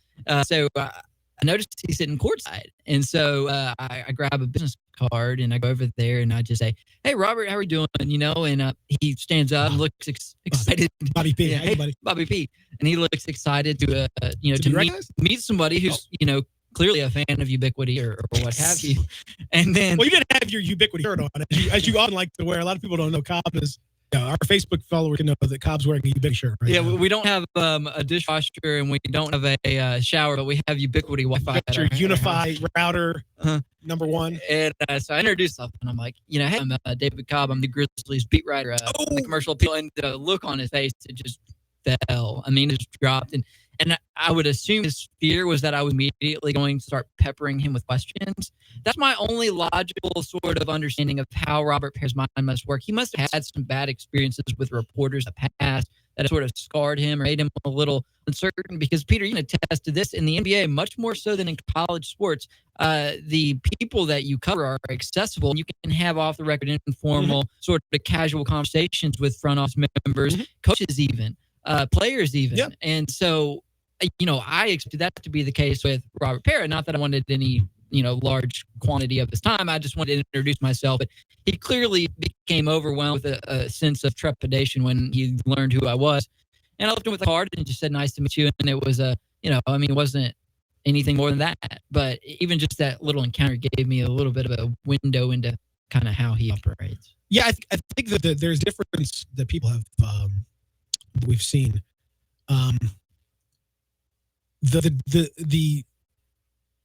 The difference in covering sports and the NBA and all that versus like Silicon Valley. He's more accustomed to there's no need to be accessible to reporters. You do have to be accessible for quarterly shareholder discussions or whatever. And you take some questions from analysts and stuff in that capacity. And you can open yourself up to what generally very flowing and loving sort of tributes when you want to. If you say, hey, we're going to take this, let Hoover come in, Fast Company or one of these places to come in, and let's take a look at our business. Normally it's a very glowing, beautiful, positive sort of look. And a lot of times it's vetted by the PR people. And so it's a very... Are you accusing Fast Company of editorial shenanigans? I'm saying that a lot of the profiles that are done in those situations are very friendly. I know what you mean. I know. You know what I mean? I'm not saying specifically that group or anyone else, but I'm saying it's not uncommon. So what side of business? What sort of angle would your Kazakhstanian camera ride with Robert Pera have taken? The angle been, I want some questions and just answers about what's going on, and I had to come here to get them. Like, why don't you just come to Memphis and we could just do? You were here. Like, it was very frustrating when Robert Pera was in the building. And we were all in the building. He could have just taken an elevator ride down and walked out for 10 minutes and done a full media scrum. I didn't want a one-on-one interview. Man, it'd been nice, but I didn't ask. I said I wanted him to be made available so that I, along with whoever else, could ask those questions. And that I feel like you're not, quote unquote, the NBA does not technically cannot make the owners do this. There's no function. The commissioner's office is owned by the owners. The owners are the ones who actually run things. So there's no provision in there to say we absolutely yes, you must do this. They can't tell the owners that. They can tell the GMs that they have to do it every now and then, and they can definitely tell coaches and players they have to do it all the time. But they don't have to do that with the owners. So there's no obligation. But why would you just do it? Most owners make themselves available from time, especially owners that there have been this buy-sell things on the table. There have been other issues and things that have surrounded Robert Pera for a while that he could debunk pretty quickly if he wanted to in this setting. Make yourself available for 10 minutes and then don't do it for a year. But at least you did it once. And he did it one time, one media day. 4 years ago, he sat and did a session. Okay. Is that crazy? Yeah, was it that dumb? It wasn't that, it wasn't that crazy. So I'm blown away that he chooses not.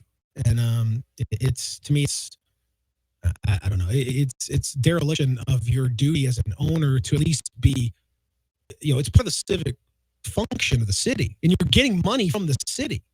So, there's a clear lack of trust between the city and the owner. Yeah. And I mean the fans. I feel like there is a lack of trust between Grizzlies fans and Rob Pera, and he could probably bridge that gap by being more acceptable. I'm 100% in agreement with you. I think the only quote I've had from Robert Pera in any of my articles since I started this beat was whenever he put out a statement after they traded Gasol, basically just praising the lore of Marc Gasol. Now, I think that's the only quote I've had from Robert Pera. It's just whatever he says with his story. Like if he says something major, that's still a story. He just needs to talk. So that would help with this whole coaching because again, some of the silliness around it's kind of silly that the Grizzlies don't have a coach now.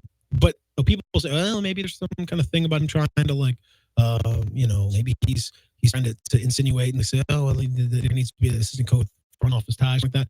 He could knock that down. He could do that. He could just say, no, that's not true. Done. Do you think? Here's a question. Do you think that Robert Pera communicates ever with the Wojs of the world? Doubt Pera does. Yeah, I'm sure there are definitely folks that do, but I think Pera's. I think he kind of is what he is. Like he's pretty aloof, pretty committed to ubiquity. Seems like he's much more focused on that. Seems like he's an engineer at heart. That's kind of his deal. So I don't think he's super duper locked in on what's going on with the Grizzlies. I just had a thought, what Peter, he wants, Jason Wexler to do. About how the Athletic would have been uniquely positioned to do the camel ride with in Kazakhstan with Robert Pera. Because if I were sent to go do that story, they would want me to take video, and it would just it would be work. very difficult. It would be tricky. I'd be bouncing up and down on the camel. It would be impossible. Well, I think it'd be kind of fun though. I'd like to see the trying to do a like, oh, come on. You know, and then I would have just fallen off the camel, and you know, it just would have been a disaster. So we're gonna find out in the next segment if we think this is gonna happen, if there's a name or anything like that. Will come up. David Cobb is with us from the Commercial Appeal at David W. Cobb on Twitter. If you want to follow him there, and you should, because I'm sure he'll be very busy and hopefully like with some actual substantive stuff instead of just doing the best, as we all are doing the best we can with the thin gruel that we have been served over the last few weeks. We'll do all of that and more as we continue here. Real Sports Talk, Sports 56, 87.7 FM.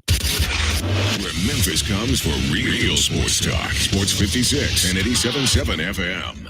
The folks at Homer Skelton Hyundai want to say thank you. Thank you, Memphis, for another spectacular year. They set records, but I can understand why. You think about the product. Where else do you get a 10-year, 100,000-mile limited powertrain warranty? That's what you get on every new car at Homer Skelton Hyundai. Oh, and thank you again for the 11th straight year, the #1 certified pre-owned car dealership in all of Memphis. It starts with that product, but then it goes to the shopper assurance. Where else do you go where you get transparent pricing, flexible test drive, take the car for a couple of days if you want, streamlined buying process? You're not going to be there all day, in and out. And then, and I'm not seeing this anywhere else, the 3-day worry-free exchange. You buy a new car, if you've got any buyer's remorse, you've got 3 days to change your mind. Just get on Lamar, take it into Mississippi. The first is Craft Road turn left, and go see Chris True and all the gang at Homer Skelton Hyundai. It's time to be the talk of the neighborhood or Lake House, a custom golf cart built by the experts in ads. With both new and used models, they are sure to have exactly what you need. The brand new club car Onward encourages families and friends to come together and enjoy being inside.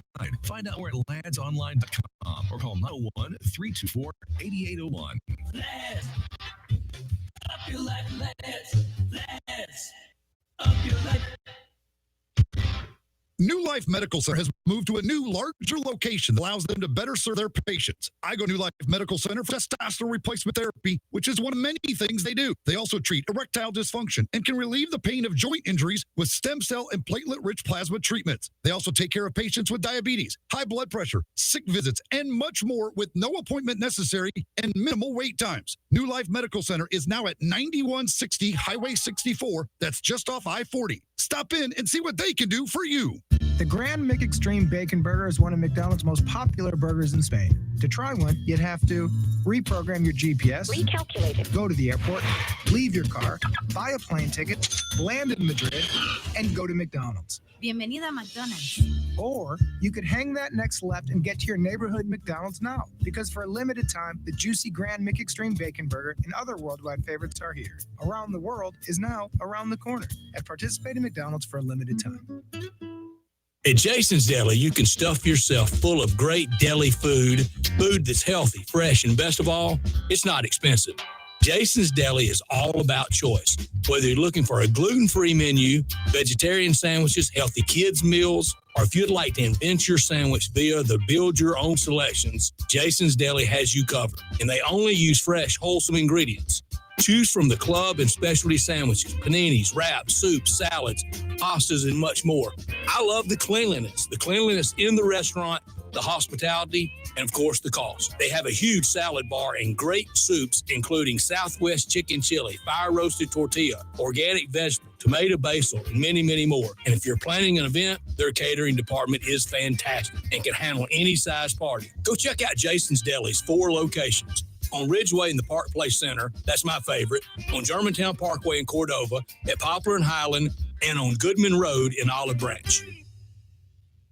Nestled in the heart of East Memphis, located corner of Park and Cherry, is a beautiful residential neighborhood. I'm here at Town Village Audubon Park interviewing a new resident, Carolyn. Share with us why you chose Town Village. Well, if your parents or special friends need to make that big move, let me share with you my experience. It was tough for me to leave home, but then I discovered Town Village. I would like to highly recommend Town Village to you and your loved ones. After looking at all the amenities and meeting all the people and staff, I was hooked. From restaurant, bistro, 3 meals per day, housekeeping, transportation, security, health care, physical therapy, exercise room, and even a heated pool and spa. Come see us and make your new home at Town Village. Visit us and call Daniel at Town Village Audubon Park at 901-374-7342. There's no place like home, Town Village.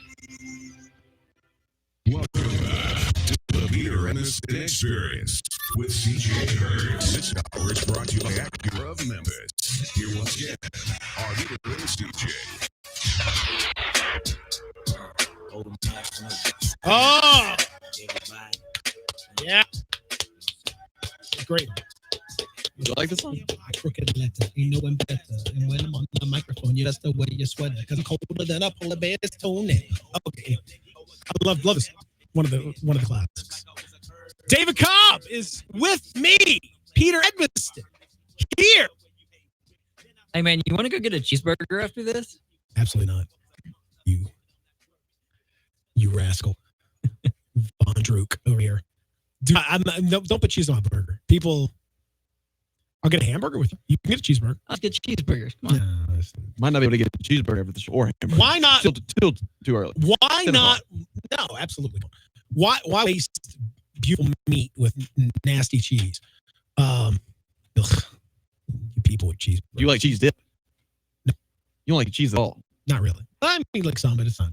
I remember you saying you like the lighter cheese. Like you'll take a sprinkling of mozzarella. Yeah, mozzarella's fine. Provolone's fine. Parmesan to some extent, okay. But like, yeah, the yellow, dark, orange cheese. Would you rather eat a cheeseburger or a plain hot dog? Plain hot dog. Oh wow, 1,000%. I wouldn't eat a cheeseburger. I would eat a plain hot dog. Okay, I'm not eating a cheeseburger. Forget about it. I can't believe CJ sits in here for 3 hours with you. I know. 5 days a week. I know. I can't either. I mean, but we don't need all eating. So that's the difference. We don't. The cheese tasting portion. Well, of the I know. I'm program just saying about what it speaks to your character at large. Oh well, that's obviously a vile slander, and I don't appreciate that. David Cobb about to not be joining us anymore with talk like that. No, we have a busy, what I assume is a busy week. So we talked about it. It feels logically like the Grizzlies should be hiring a coach this week. Do you have just a gut feel?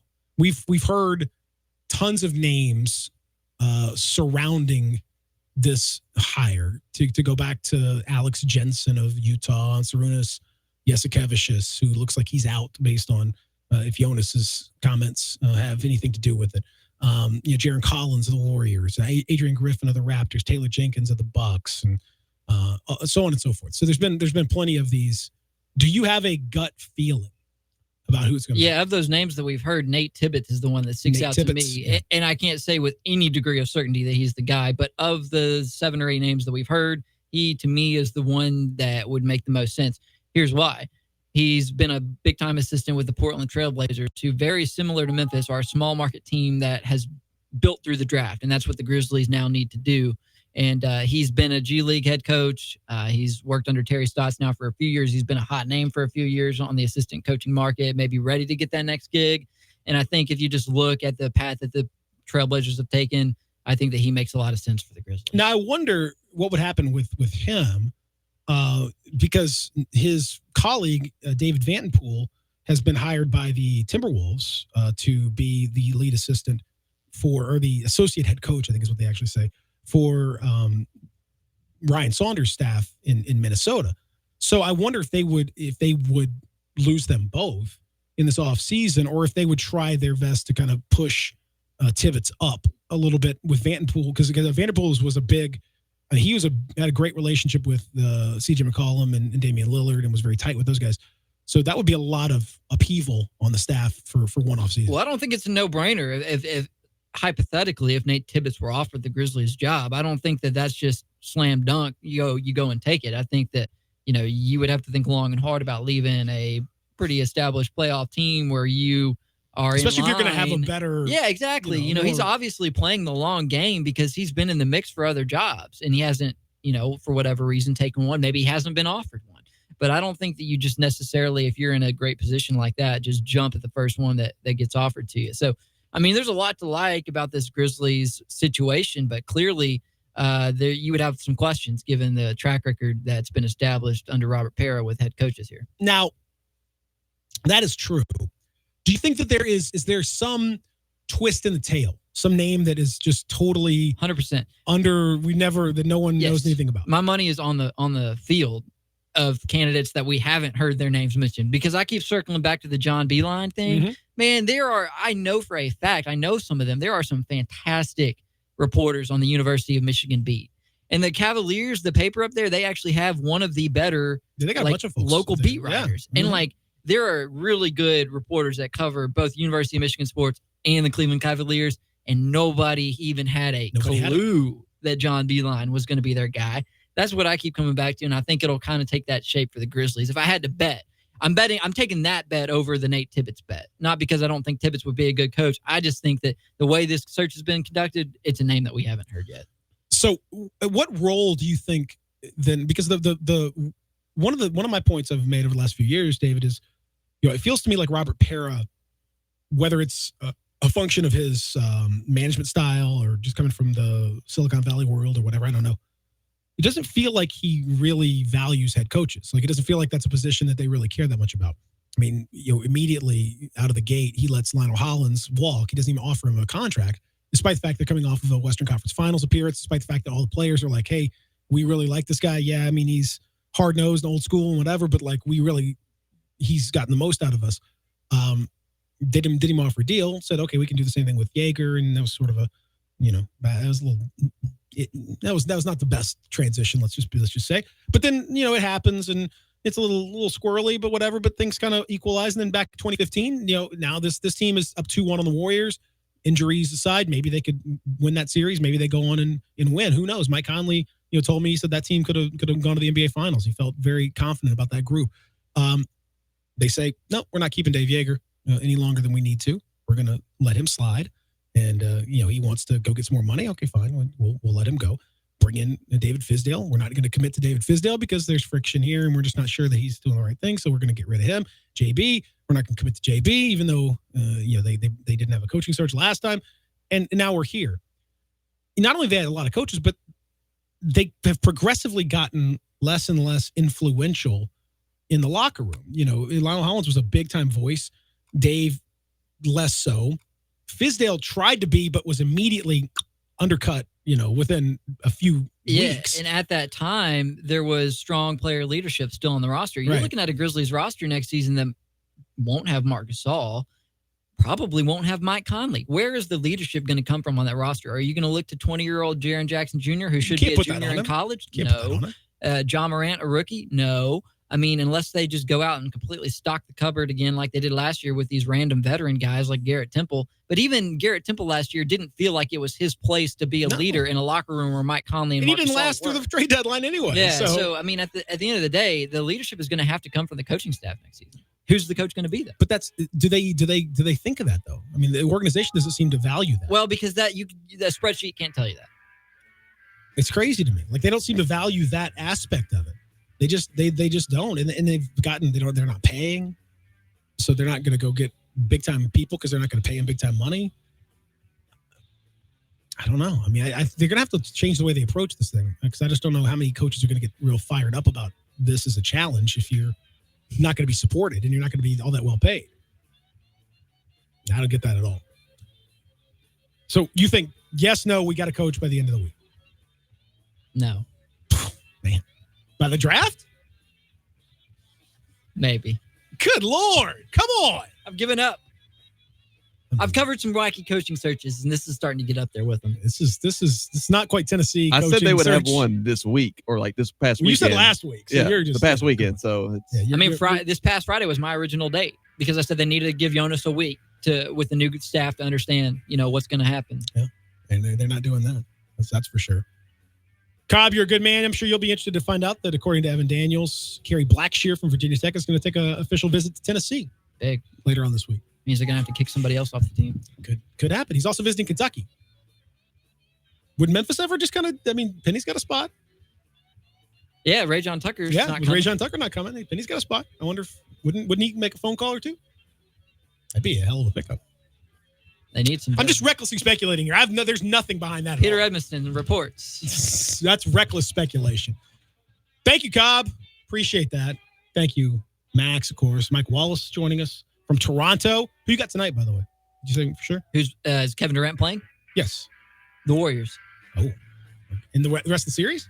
If Kevin Durant's back, I think the Warriors have a solid chance at winning this. Solid this chance. series. Don't give me solid chance. You gotta get off the fence. Raptors in 7. Oh, all right. Cobb says Raptors. You said Max said Raptors from the very beginning, so he's sticking with it.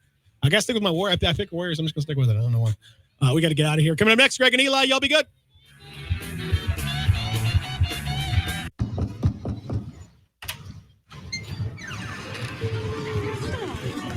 I wish we could stay here forever.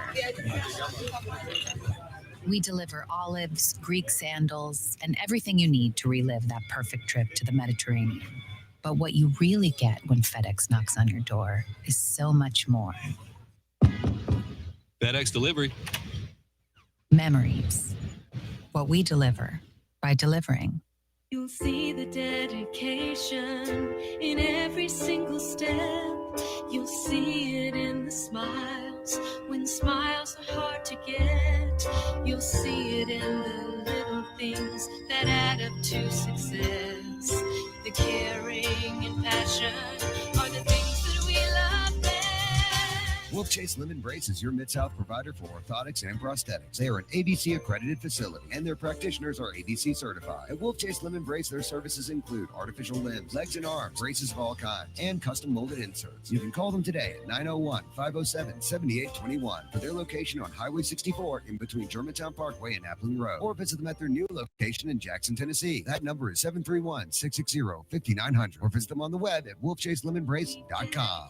Our life to yours. Wolf Chase Limb and Brace. This time of year, there's no better way to beat the heat than to get out early before it gets here. And there's no better place to get to early than Sunrise on Jefferson.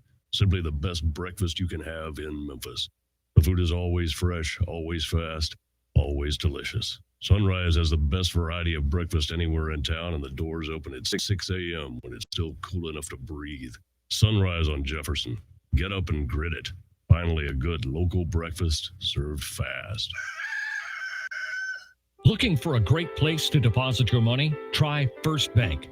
Competitive CD rates, a money market that moves with Wall Street prime and interest-bearing checking account options. Not to mention their friendly bankers who make decisions locally. To find out more, stop by one of First Bank's 3 local branches. 6482 Poplar Avenue, just east of International Paper. 8398 Highway 64 across from Wolf Chase. And 6280 Highway 64 in Oakland. Or visit firstbankonline.com. Member FDIC. The Grand Mick Extreme Bacon Burger is one of McDonald's most popular burgers in Spain. To try one, you'd have to reprogram your GPS, recalculate it, go to the airport, leave your car, buy a plane ticket, land in Madrid, and go to McDonald's. Bienvenido a McDonald's. Or you could hang that next left and get to your neighborhood McDonald's now. Because for a limited time, the juicy Grand Mick Extreme Bacon Burger and other worldwide favorites are here. Around the world is now around the corner at participating McDonald's for a limited time. We are Real Sports Talk. Sports 56 and 87.7 FM. Available on your radio dial at 560 AM and 87.7 FM, as well as online around the world at sports56whbq.com. Take us with you everywhere on your phone or tablets by downloading the Sports 56 app, and at home, tell Alexa or Google to play Sports 56. If it's happening in the world of sports, we've got it covered. Wherever you are, stay tuned to Real Sports Talk. Sports 56 and 87.7 FM. Broadcasting from the Family Leisure Studios, Sports 56 WHBQ Memphis and WPGFLP Memphis, Flynn Broadcasting Stations. It's time for Sports 56 Middays with Greg Gaston and Eli Savoy. Sports 56 Middays is presented by FedEx. FedEx, helping small businesses simplify e-commerce. The first hour of Sports 56 Middays is also brought to you by Davis Motor Home Mart. From the top on down, here comes a 1-2 pitch. Sox win the World Series, and the best team in baseball wins it all in 2018. There's a new dynasty in the NBA. The Golden State Warriors champions once again, back-to-back titles, 3 in 4 years, and the latest with a sweep. The Tigers reclaim their crown by crushing Alabama. Brady under center, victory formation, takes the snap, falls to an E, and that'll do it. The New England Patriots have won. And Virginia with the all-time turnaround title. Now, here are your hosts for Sports 56 Middays, Greg Gaston and Eli Savoy.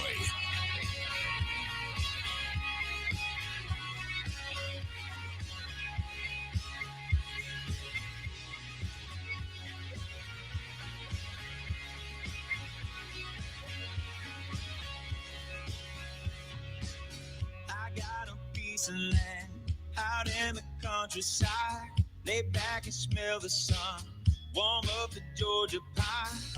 Feels so good to me, taking it easy. Why would I ever leave? 'Cause I know I got some good. It is an absolutely beautiful start to the new work week. The sun is shining, not too humid outside. We hope your Monday and your week is off to a great start. Hope you had a great weekend as we welcome you in to Sports 56 Middays, the Monday, June 10th, 2019 edition of the show. Greg Gaston, Eli Savoy. Austin Eldridge is back with us producing the program. We're in the Family Leisure Studios where family and fun come together. Family Leisure, 2120 Whitten Road, just north of I-40. Sports 56 Middays is delivered each and every day by our title and presenting sponsor, FedEx, providing global access for small business. Learn more at fedex.com/e-commerce. A lot to get to on the program today, a lot to talk about. We have not set up any guests, so we'd love to hear